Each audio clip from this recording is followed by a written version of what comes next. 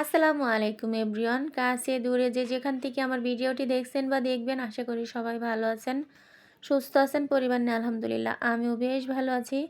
বালাবাজারের আপা চ্যানেল থেকে নতুন আরও একটা ডেইলি ব্লগ নিয়ে তোমাদের মাঝে হাজির হলাম।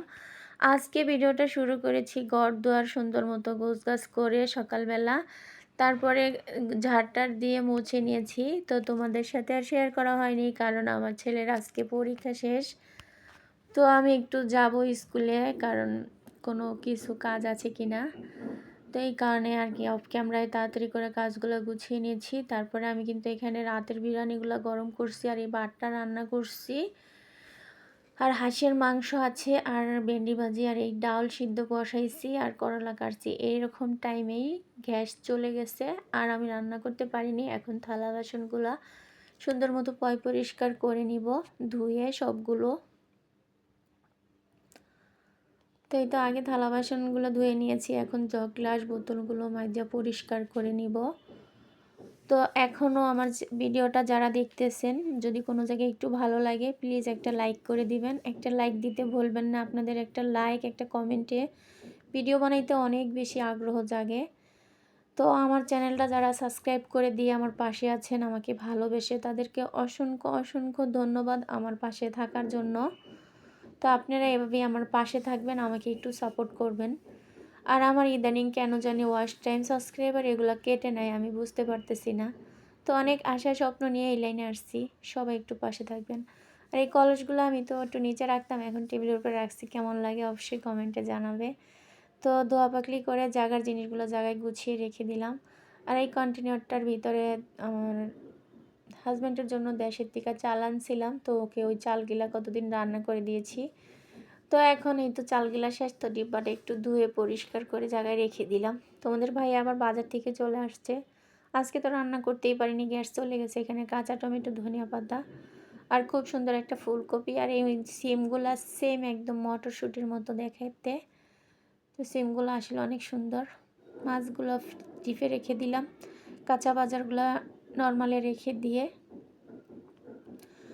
গোসল করে নামাজ পড়ে ছেলের স্কুল থেকে এসে, এটা হচ্ছে সন্ধ্যার পরে, সেই যে আমি রান্নাটা সকালবেলা কাটাকাটি করে নিয়েছিলাম রান্না করার জন্য, আর করতে পারিনি। তো এখন এই তো ডালটা বাগার দিয়ে ধনিয়া পাতা দিয়ে দিয়েছি, করলা ভাজি বসিয়ে দিয়েছি, আর সিম কেটে এখন এই তো সিম আর আলু দিয়ে ভাজি করে নিব। তো আজকে আমি দুপুরের জন্য রাতেই রান্না করে রেখে দিব, কারণ এত প্যারা ভালো লাগে না, কারণ ঘুমেরও ডিস্টার্ব হয়, তাছাড়া রান্নাও টাইম মতো করতে পারি না। তো ভাবতেছিলাম আজকে এই কারণেই দুইটা ভাজি, একটা ডাল আর একটা মাছ ভুনা করে রেখে দিব। তো রাতে আর সকালে দুপুরে খাওয়া হবে। তো এখন থেকে মনে হয় আমি সিদ্ধান্ত করছি রাতেই রান্নাটা করব, যেহেতু গ্যাস থাকে না, দেখা যায় সকালবেলা একটু উঠে গরম করে নিব। এই কারণে রাতে রান্নার সিদ্ধান্তটা নিয়েছি। তো এখন মাছ ভুনাটা বসিয়ে দিব। অনেক সুন্দর মাছ এনেছে তোমাদের ভাইয়া, তেল ভরা মাছগুলোর ভিতরে। তো খুব মজার মাছ। মাছটার নাম আমি সঠিক জানি না, আমার না মাছের নামগুলো সঠিক মনে থাকে না, আমি ভুলে যাই। তো তোমরা দেখলে চিনো কিনা অবশ্যই জানাবে। তো রান্নার পাশাপাশি যে ভাজি টাজি ডাল টাল হয়ে গেছে, এখন দুধ গরম করে নিচ্ছি, আর শুধু মাছ ভুনাটা পাশের চুলায় করে নিচ্ছি। এই তো দেখো কি সুন্দর মাছগুলা, মাশাল্লাহ অনেক সুন্দর মাছ, খেতেও খুব মজা হয়েছিল। তো হয়ে গেছে, ধনিয়া পাতা দিয়ে নামিয়ে নিলাম। পাশের চুলাটা পরিষ্কার করে নিচ্ছি। এইখানে আবার তোমাদের ভাইয়া দুধ আর সরিষার তেল নিয়ে এসেছে। তো ইদানিং সানফ্লাওয়ার আর সরিষার তেলই আমরা খাইতেছি, তোমাদের ভাইয়ার ডায়াবেটিস ধরা পড়ার পর থেকে।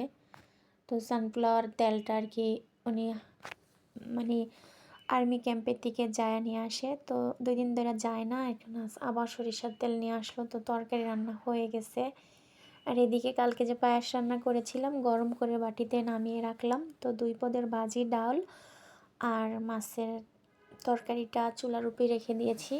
সকালবেলা আবার একটু ভাত রান্না করবো, আর গরম করে বাটিতে বেড়ে নিব।